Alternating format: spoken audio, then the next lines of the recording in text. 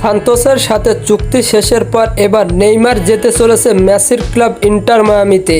হ্যাঁ দর্শক, জানতে হলে ভিডিওটি না টেনে সম্পূর্ণই দেখতে থাকুন আপনারা। ফুটবল বিশ্বের আকাশে ফের ভেসে উঠেছে এক চেনা নাম, Neymar da Silva Santos junior.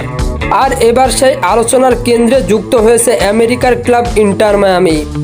বিশ্বের বুকে একসময় বার্সেলোনার জার্সিতে যারা সৃষ্টি করেছিলেন জাদুকারী মুহূর্ত, সেই মেসি নেইমার যুগলবন্দি আবারও কি ফিরছে মাঠে? সম্ভাবনা জাগাচ্ছে সাম্প্রতিক এক গুঞ্জন, নেইমারকে দলে ভেড়াতে উঠে পড়ে লেগেছে মেসির ক্লাব ইন্টার মায়ামি।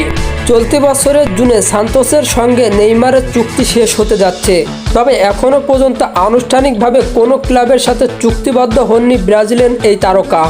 এই সুযোগটা যেন লুফে নিতে চাইছে ডেভিড বেকহামের মালিকাধীন ক্লাব ইন্টার মায়ামি। সূত্র বলছে ক্লাব বিশ্বকাপের আগে নেইমারকে স্বল্প মেয়াদে দলে ভেড়াতে চায় তারা। মেসির সঙ্গে দুটি গড়ে বিশ্বমঞ্চে আবারও আলো ছড়ানোর জন্য এক মহাপরিকল্পনা।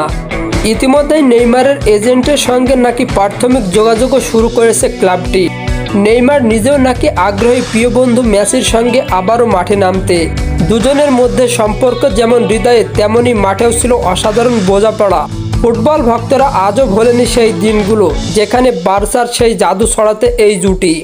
এবার সেই ইতিহাসের পুনরাবৃত্তির অপেক্ষায়। মেজর লিগ সকারের মাঠে কি আবারও দেখা যাবে নেইমার এবং মেসির সেই যুগল নৃত্য? ইন্টার মায়ামি যদি এই স্থানান্তর চূড়ান্ত করতে পারে তবে নিঃসন্দেহে তা হবে বছরের সবচেয়ে বড় চমক। তো বন্ধুরা, নেইমার যদি মেসির সাথে ইন্টার মায়ামিতে ক্লাব বিশ্বকাপ খেলে তাহলে আপনাদের কেমন লাগবে তা আপনাদের মতামত কমেন্ট বক্সে জানাতে ভুলবেন না। আর হ্যাঁ, ফুটবলের সকল নিউজ এবং আপডেটস পেতে আমার চ্যানেলটি সাবস্ক্রাইব করে পাশেই থাকবেন। ধন্যবাদ সবাইকে।